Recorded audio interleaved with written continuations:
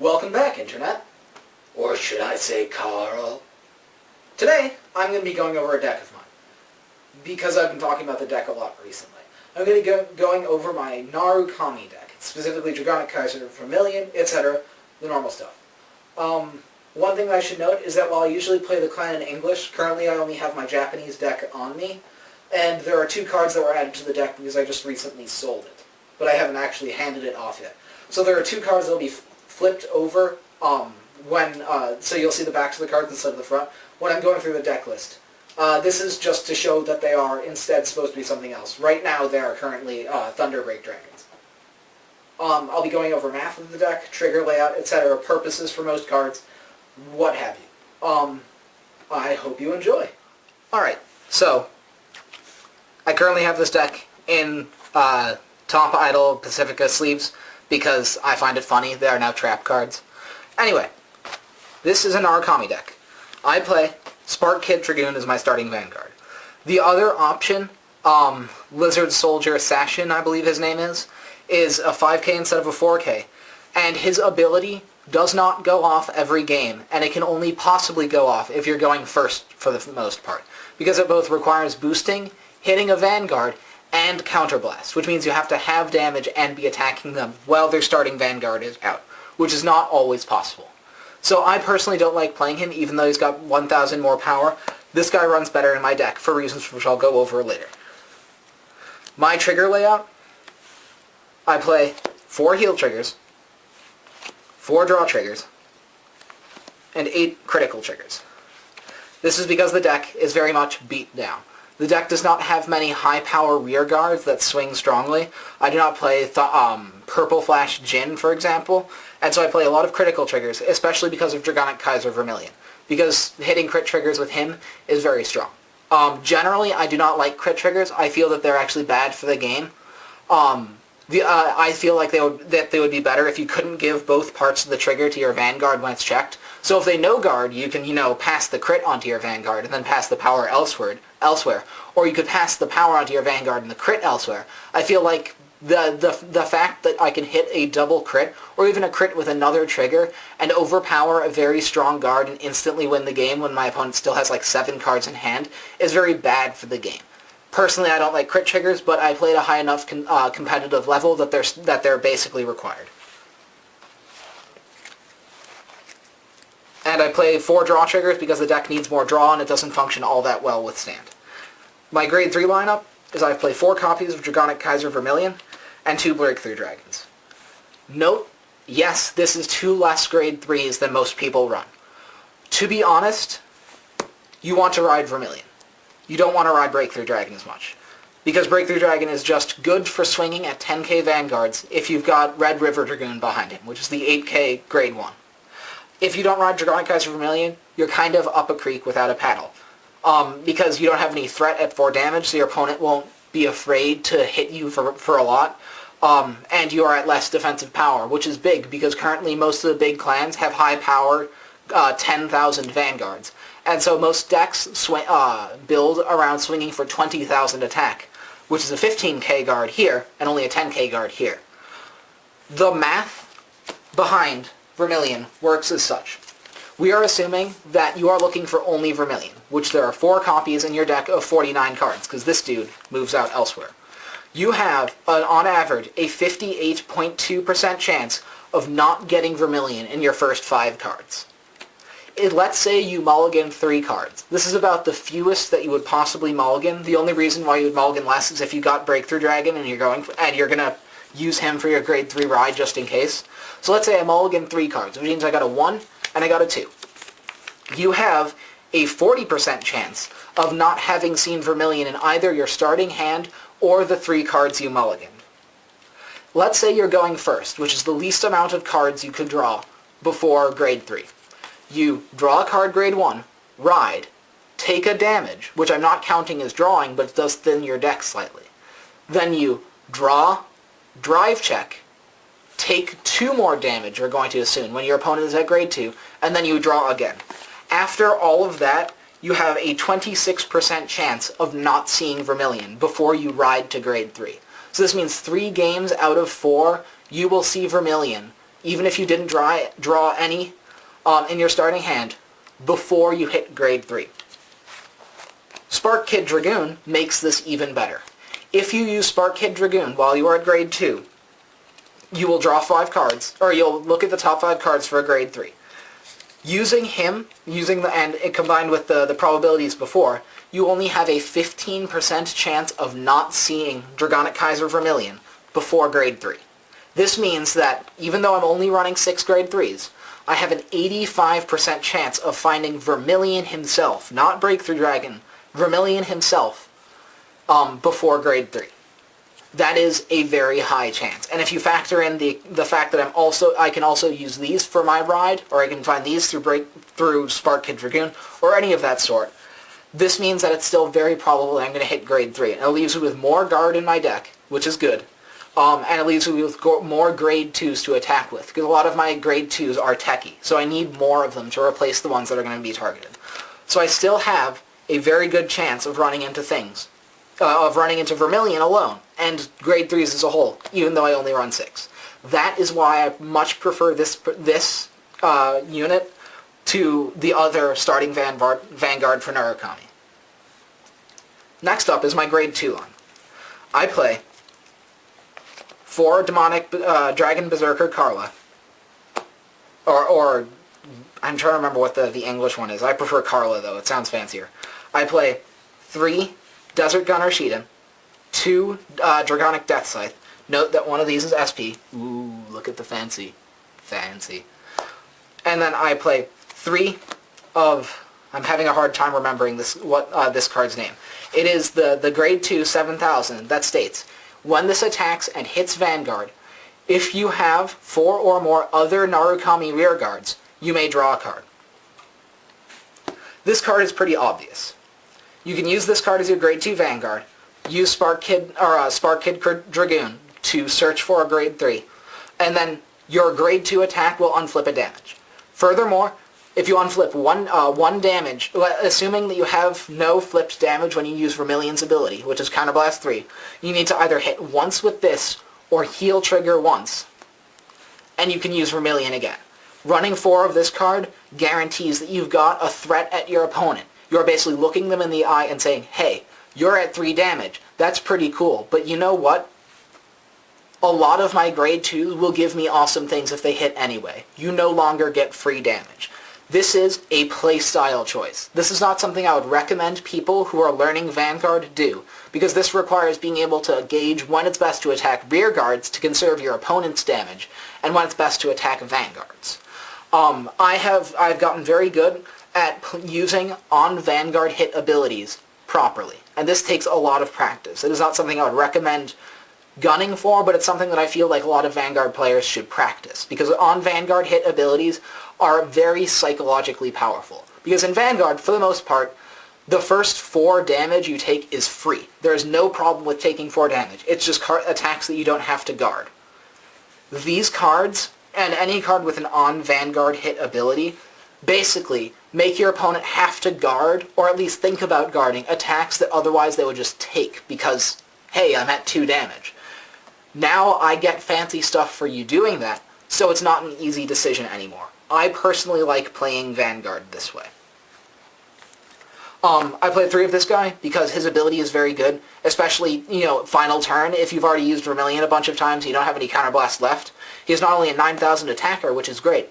I prefer him to the grade 2 to the grade 1, because grade 1s with on-play abilities, I feel, are somewhat subpar. The problem is that you have no way of getting rid of them off of your field unless you're playing Shadow Pally or Spectral Duke Dragon. You have no way of removing grade 1s without just losing a card.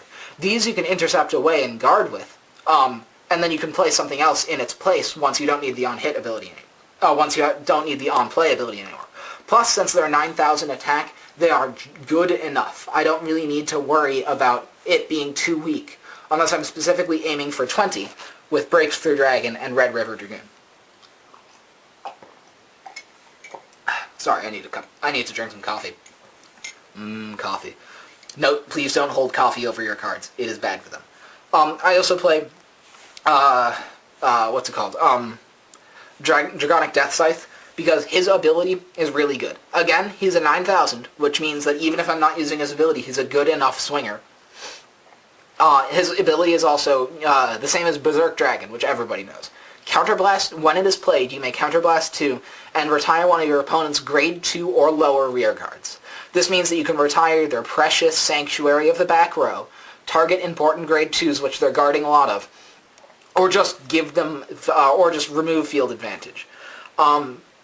I play it even though all of my Counterblast is generally reserved for Dragonic Kaiser Vermillion, because there are some games where you just don't see his ability happening.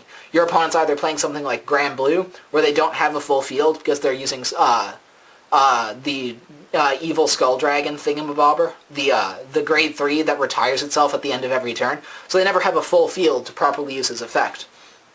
Or you're just not seeing that Carla or a heal trigger happening, and you have 2 unflipped damage, and you figure you may as well. Things like that. This guy is very useful. I only run 2, however, because I'm not using his ability often enough that I need to run into more than one on any given game. And so I personally find that he's a good addition to the deck. At the very least, he's another 9k swing. My grade 1s, I play 4 Red River Dragoon, your staple 8k vanilla grade 1. I play 4 Wyvern of Bombarding Lights, Photon Bombardment Wyvern something. This is why I wish I had my English cards on me so I could show the names properly. His ability is that if he boosts a Narukami Vanguard, and the opponent has 3 or more damage, he boosts for 10,000 instead of 6. This is an awesome card, because him behind Vermillion is a 21 swing, which is a 15k guard, which is a lot, and the kind of thing that generally wins games. I used to not run him, and then I just saw that my deck didn't have enough gun once we both were at 5 damage. I also play 3 Thunder of Hope Helena, who is a really powerful combination with Dragonic Kaiser Vermillion. If you did not know, if Thunder of Hope Helena boosts, or first Thunder of Hope Helena's ability, when it boosts a card and the attack hits, it doesn't need to hit Vanguard, it just needs to hit, you may discard a card to draw a card. This is really good, because it cycles grade 3s out of your hand, whatever. And generally the problem with cards like Vermillion, who only have Vanguard abilities, is that you need to run 4 of them to make sure you run into them every game. But you don't know, but once you get your second, that card is almost dead in your hand. You use them for NullGuard fodder or whatever, but there are better cards. Helena lets you cycle this. Another benefit that Helena has is that if you have, excuse me, while I rearrange cards, if you have a Thunder of Hope Helena boosting a Dragonic Kaiser Vermillion, and you use Dragonic Kaiser Vermillion's Limit Break, Helena activates for every unit that Dragonic Kaiser Vermillion hits, whether this is the 2 rear guards or all 3 of the rear guard and the Vanguard, which turns Dragonic Kaiser Vermillion's ability from effectively Counterblast 3, retire 2 rear guards, to Counterblast 3, retire 2 rear guards, discard 2 or 3 cards to draw 2 or 3 cards, which means not only does it destroy their field, it also now gives a lot of card advantage. Also, because in Vanguard, how effect timing works is that you choose the order in which you resolve effects. It means that this effect happens 3 times. You do not discard 3 cards and draw 3 cards. You discard a card and draw a card up to 3 times. So you discard, draw, oh, whoops, it's a Vermillion. Discard that Vermillion, draw, oh, this is a crit trigger, I'll keep this. Discard another card, draw, oh, this is another good card. Whatever. Helena works fantastically with Vermillion. But Helena doesn't work with Vermillion the entire game, because eventually you know Vermillion isn't going to hit anymore, and that's when you switch for Wyvern of Bombarding Light, or whatever the crap it's called. I also play 2 of Rising Phoenix, I think his name is, which is when he is played to a rearguard circle, you may Soul Blast 2 to draw a card. Generally, this will happen once a game, unless you misroad to something else at grade 3, and then you ride to Dragonic Kaiser later. This card is good because a 5k boost is enough. It lets any card hit for 1 stage of guard higher, either from nothing to a 5k guard, from a 5k guard to a 10k guard, or whatever. So no matter what, this card is not wasted. Plus, use Soul Blast 2, and Soul is not used in this deck to draw a card. So it is a free card draw from your deck when you play him, and he's a good enough guard.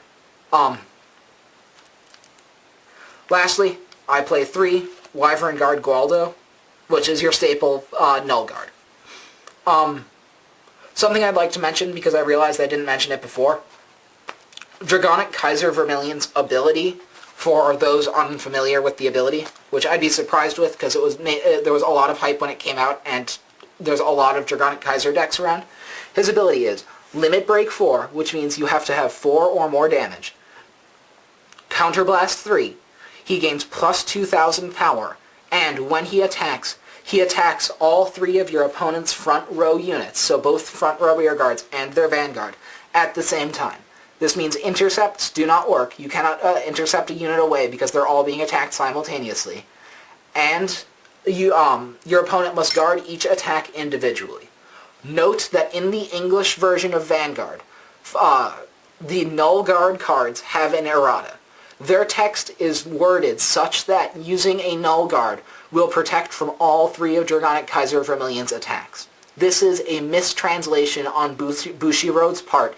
It has been errated to the same as the Japanese version, which is that if you use a NullGuard, it only guards 1 of Dragonic Kaiser Vermillion's attacks. Please make a note of this. This is actually important. I'm sure if you play in any kind of tournament play, you know about this, but for you casual players, you should know about this mistranslation, miswording, whatever you'd like to call it. Excuse me, more coffee. I get a little bit of cotton mouth if I talk too much. Anyway, so some of the things that happened with this deck are as follows. Grade 2, one of your ideal vanguards is this dude. The reason for this is that his ability requires 4 or more other rear guards. However, if he's your vanguard, he does not count as a rear guard, which means you only need 4 rear guards for the ability to go off. Not to mention, since he's Vanguard, they can't just flat guard this because you might hit a trigger. So he forces an overguard, or if you hit a trigger, he gets a card draw. And card draw is always good, especially if you aren't losing anything for it. He is very good at turn 2, and he's good for the rest of the game. One thing that you should know is that a very useful trick is if you have a full field of whatever have you. And note that that this Dragon Monk, when boosted by Red River Dragoon, is a 15k attack, which if you're playing against Gold Paladin that doesn't have the Spectral Duke Ride Tech, or Kyriel Angel Feather, or Non-Deadly Swordmaster Grand Blue, or anything that doesn't have an 11k Vanguard, this swings for a lot. This is a 15k attack, which means it's a 10k guard, which is fantastic. One trick that you might want to do, here let me put something slightly less lackluster than that dude behind Vermillion. Now let's go with a Helena, like that. Let's say I am attacking with Vanguard first because I play crit triggers. Generally, if you play only crit, you attack Vanguard first. If you play only stand, you attack both rear guards first, then Vanguard. And if you play a mix, you generally do the lower powered rear guard, Vanguard, then higher powered rear guard.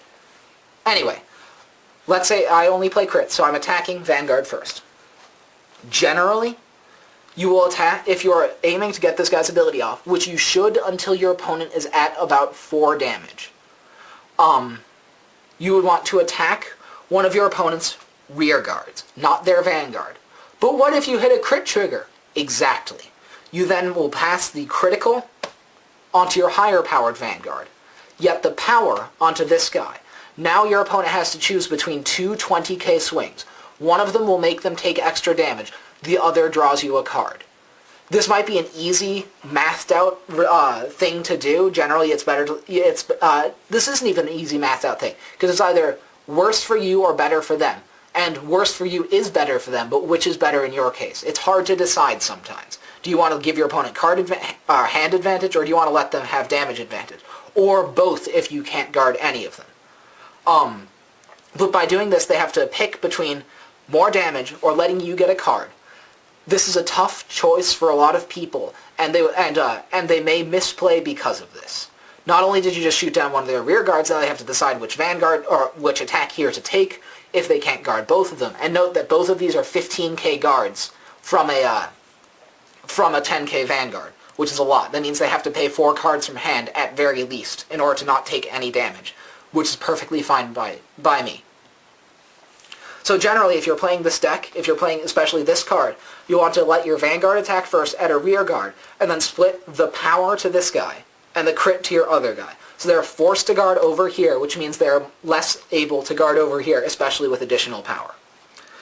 Another thing to note with this deck, I'm trying to think of what I was even about to say. Gosh. Oh yeah, if your opponent's at 5 damage, this is never going to hit anymore. And Demonic Dragon, Berserker, Carla, or whatever, is not going to hit anymore. Because of this, you're never really going to have to worry about on Vanguard hit abilities hitting again. And so once your opponent's at 5 damage, just swing at their Vanguard all the time. It doesn't matter what rear guards they have. As a matter of fact, you kind of want them to have more rear guards. So if you use Dragonic Kaiser Vermillion's effect with Helena behind it, you get more card draw. And you're destroying more cards from their hand with just one attack. It's just free card destruction. Another thing that I want to note is that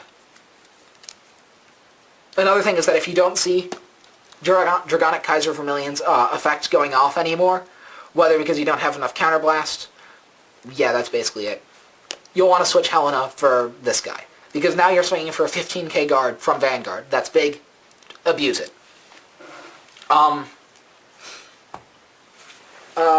Let me think. Is there anything else that I really want to say? Probably, but it's not coming to me right now. I may add another part to this video later if I think of more things to say on this deck. Generally, the deck plays mean. You play a lot of cards grade 2 for swing for damage and to shut down their grade 2 rear guards, or grade 1 rear guards if they played them to the front to attack at you. One of the things about cards with on-van hit abilities, such as this, is treat your opponent's damage as one of your resources. Generally, in Vanguard, if your opponent runs out of cards in hands, you win the game. I mean, they'll regenerate three cards a turn from draw and then 2 drive checks, and then you will swing for 3 times, and you know that they're not going to get 3 triggers every single turn.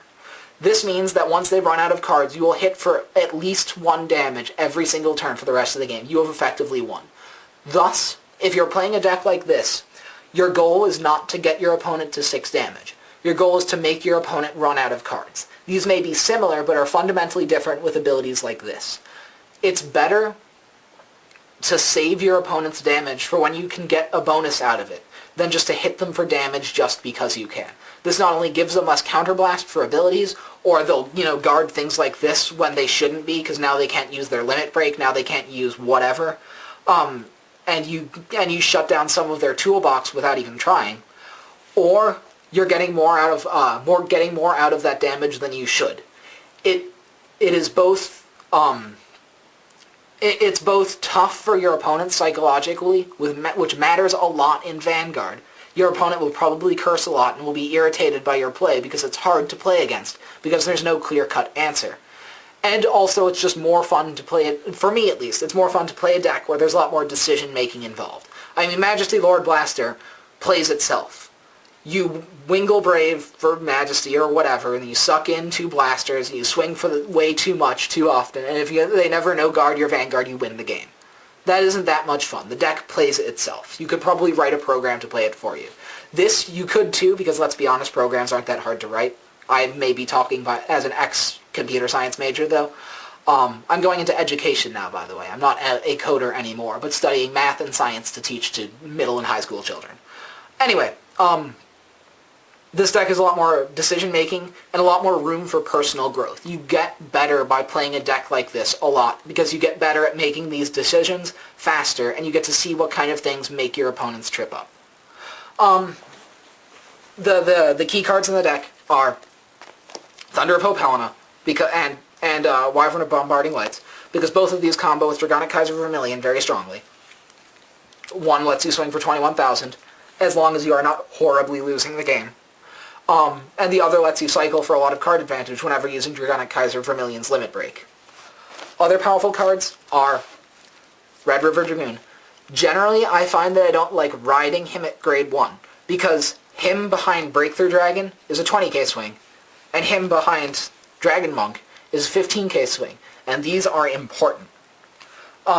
Generally, I find at grade 1 I'd be happier to ride something like Helena, or even a NullGuard, because this saves these for later, because these are actually really, really important cards, especially since you're not playing a deck like Spike Brothers or Kagero, which have grade 0s that search for your grade 1s. You always can run a toolbox of that. This grade 1 is very, very valuable, and you definitely want to hold on to them. This card, you're only going to get to use once a game, but that's perfectly fine. He's just a 5k guard the rest of the time. And he turns soul that you don't use into card advantage. What's not to like? NullGuards are NullGuards. Desert Gunner Shiden just locks down your opponent's intercepts when you want to make sure an attack goes through. He's a good enough attack that there's no reason to be ashamed to have him in your front row. Dragon Berserker Carla is a good attacker who unflips damage, letting you use Dragonic Kaiser Vermillion more often. What's it called? Dragonic Death Scythe more often, and lets you use your starting Vanguard, the Spark Kid Dragoon, for basically free. It also adds pressure to attacks that need not have pressure on them, which can make your opponent make bad plays.